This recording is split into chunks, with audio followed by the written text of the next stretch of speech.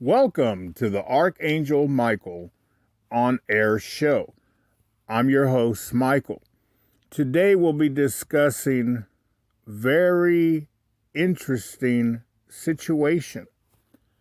The fake news media, which I like to call the state-owned media, for whatever reason, is now turning against the Biden administration.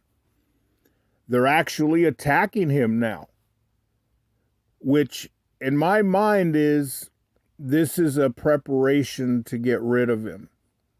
I believe the elites have had enough, and now they're going to embarrass him on the media and get him out. Unfortunately, that would mean that Kamala Harris takes over, but we'll discuss this more in detail after these videos.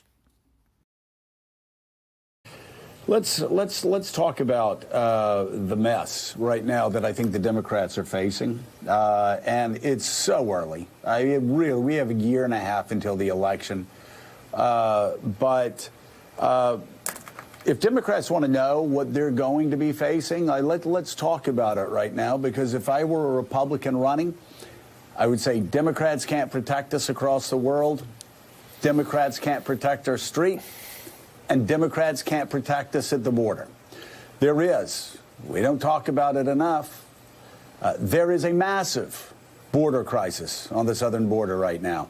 And if Democrats don't want to talk about it, that's fine. It will find them over the next 16 months politically.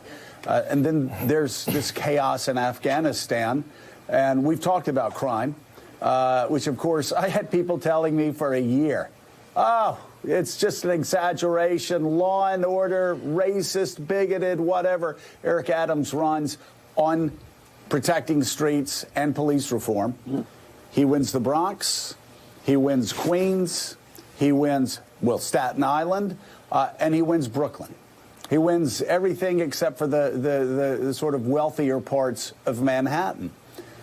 And Democrats have to understand this is coming, and I don't know where mission control is on the Democratic side, but somebody, Donnie, needs to get that, and they need to start responding. The Biden administration has said that they are relying on a commitment from the Taliban to allow for safe passage to the airport. But as you can well see, that is not the case in the area right around the airport there. So we're going to have to see how the Biden administration perhaps changes what they're doing based on what is happening on the ground there. Jeremy, we had Congressman Seth Moulton on, Democrat, last hour, who once again explained how he's been asking for answers from the White House, not just for days or weeks, but for months on this. And yet we still see the absolute mayhem on the ground at the airport that Clarissa just described in such stark detail. How does the White House explain that? I mean, what was the plan when the warning couldn't have been more clear that exactly this could happen? Yeah, well, listen, there's several things that we heard from the National Security Advisor, Jake Sullivan, yesterday that just aren't lining up with the reality on the ground. First of all, as Kylie said, he said that the Taliban had promised the United States that civilians would get safe passage to the airport. As of now, that doesn't appear to be happening, certainly not happening in an orderly fashion. And then what he also said was he insisted that the United States had planned for all contingencies, including the rapid fall of Kabul. And if this is contingency planning at its finest, then I don't know what to say here. Let me start with Afghanistan. And this is my opinion. You can agree to disagree. For many decades, I felt that we should not be the security forces for other countries. It costs too much money, and we never take any resources. We just supply security, let foreign countries continue doing what they're doing, and we get nothing back from it. That makes no sense whatsoever. So with that being said, in regards to what happened in Afghanistan, the way it was handled was totally wrong, especially for American citizens. What should have been done was all American citizens should have been evacuated. What happened is the American troops pulled out, and all chaos started breaking loose with the Taliban. Right now, there are thousands of American citizens left stranded in Afghanistan. Their lives are in danger. They could be taken as hostages. And I think this was all orchestrated by our government to make Biden look bad. The elites, if you don't do what they ask you to do, they'll get rid of you, even if you're the president of the United States. And I've already said this so many times that presidents aren't elected, they are selected. And I know that may get a lot of you upset that went for Trump, but even Trump supported the injections.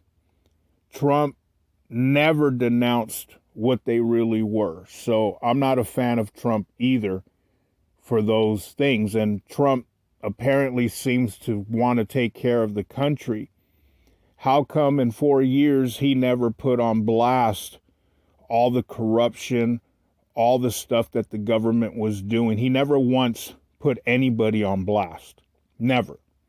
He hinted to the illusion, but never said it. So I question a lot of the things that he's done. But let's get back to the story at hand. My theory is that they had enough of Biden.